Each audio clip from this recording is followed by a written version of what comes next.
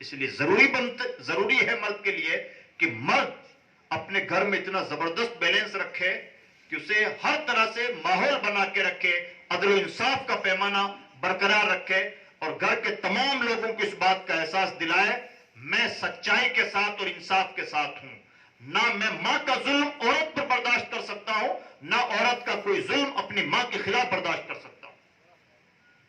اگر ماں غلط کر رہی ہے میری بیوی کے ساتھ، تو میں ماں سے ادب کے دائرے میں محبت کے ساتھ کہوں گا، ماں تمہارا پیار اپنی جگہ، تمہاری محبت احترام اپنی جگہ، لیکن ماں یہاں سے تم سے شریعت کے خلاف کچھ ہو رہا ہے، اس معاملے میں میں تمہارے ساتھ نہیں، احساس دلایا جائے۔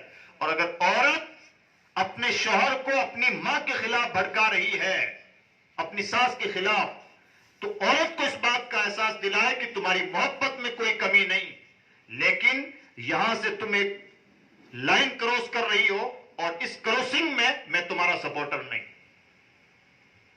یعنی انصاف کا ترازو برقرار رکھے، وہ یہ پائے گا کہ اللہ کی طرف سے گھروں میں برکتوں اور محبتوں کا نزول ہوگا۔ اور اگر ایسا نہیں کر سکتے اور کیا کر پائیں گے؟ نہ ٹائم پر سونا، نہ وقت پر گھر جانا، نہ بیوی کی سائیکولوجی سمجھنا، دن بھر وہ کتنے دکھ جھیلتی ہے، کس طرح سے تڑپتی ہے، کون اسے کتنے تانے دیتا ہے، کس طرح سے وہ بچوں کی پرورش کرتی ہے، کوئی مطلب نہیں۔ آدھی آدھی رات دوستوں کے ساتھ گپ شپ میں گزر جائے، اور گھر پہ پہنچنے کے بعد میں بھی موبائل ہاتھ سے نہ چھوٹے، کسی چیز کا کوئی خیال نہیں، عورت کے ساتھ جانوروں جیسا ٹریٹمنٹ کریں۔ آپ عورت کو احساس دلا رہے ہو کہ مجھے تمہاری کوئی پرواہ نہیں، یہ عورت کو احساس نہیں دلا رہے ہو، بلکہ آپ گویا اپنے گھر میں بلاؤں، مصیبتوں، پریشانیوں اور جھگڑوں کو دعوت دے رہے ہیں۔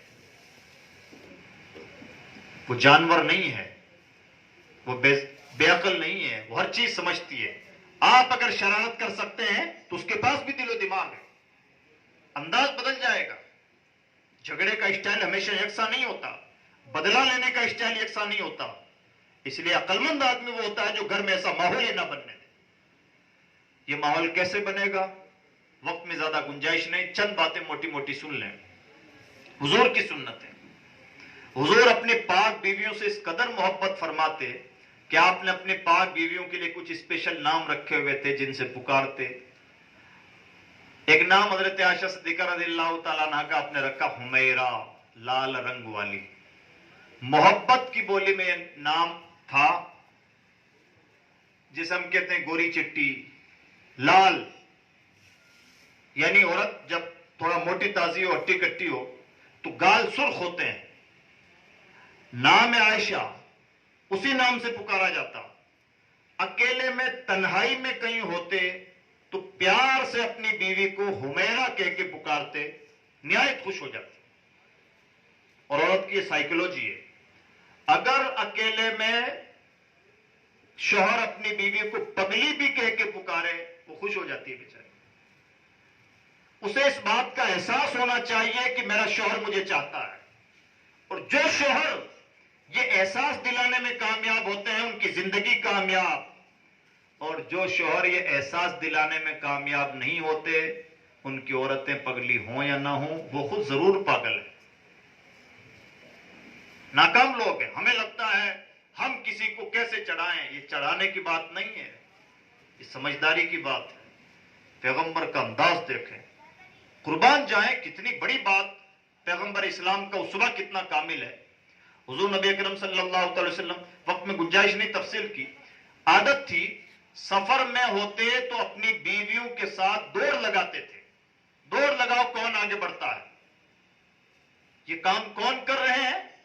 نبی آخر الزمان سید الانبیاء اپنی بیویوں کے ساتھ دوڑ لگاتے کہ دوڑ لگاؤ کون جیتتا ہے، کون آگے بڑھتا ہے۔ جو آگے بڑھ جاتا اس کی پیٹھ تھپتھپائی جاتی کہ تم جیت گئے۔ کیا اس میں کچھ پیسے خرچ ہوتے ہیں؟ یہ محبت کے انداز ہیں۔ محبت کا عالم یہ ہے کہ آپ کے گھر میں کوئی اچھا کھانا بنتا ہو تو حضرت خدیجۃ الکبریٰ جن کا بہت پہلے انتقال ہو گیا تھا، حضرت خدیجۃ الکبریٰ کی جو سہیلیاں تھیں ان سہیلیوں کو بھی کھانا بھجوایا کرتے تھے، فرماتے تھے خدیجہ کی سہیلیاں میرے گھر میں اچھا کھانا بنا تو ان کو بھیجا جائے۔ جو نبی اپنی فوت شدہ بیوی کی سہیلیوں کا بھی خیال رکھے، اس نبی کے گھر میں کبھی جھگڑوں کی نوبت آ سکتی ہے؟ نتیجہ کیا ہے؟ نتیجہ یہ ہے کہ 11 ازواج مطہرات ہیں، 11 پاک بیویاں گھر میں ہیں، جھگڑوں کی نوبت تو دور کی بات ہے، طلاق کی نوبت تو دور کی بات ہے، تو میں کی بھی نوبت نہیں آتی۔ رشتے نبھانا مشکل نہیں، عقل مندی کے ساتھ رشتوں کو چلانے کا ڈھنگ آنا چاہیے۔ میں امید کرتا ہوں کہ میں نے جو بکھری ہوئی باتیں آپ کے سامنے پیش کی ہیں، جو ہم سب کے لیے ضروری ہیں، ہونے والی شادی کے لیے بھی، جن کی شادیاں ہو چکی ہیں، جن کی شادیاں ہونی ہیں، یہ ہر گھر کی ضرورت ہے۔ میں امید کرتا ہوں کہ ہم نے اس کو سلیقے کے ساتھ سمجھا ہوگا۔ اللہ رب العزت کی بارگاہ میں دعا ہے کہ پروردگار عالم اس شادی کو شادی خانہ آبادی کا ذریعہ بنائے، اور ہمیں اس سلسلے میں سمجھدار، حساس اور ذمہ دار بنائے، اور پروردگار عالم دارین کی سعادتوں سے مالا مال فرمائے۔ لا الہ الا اللہ محمد رسول اللہ۔ السلام علیکم ورحمۃ اللہ وبرکاتہ۔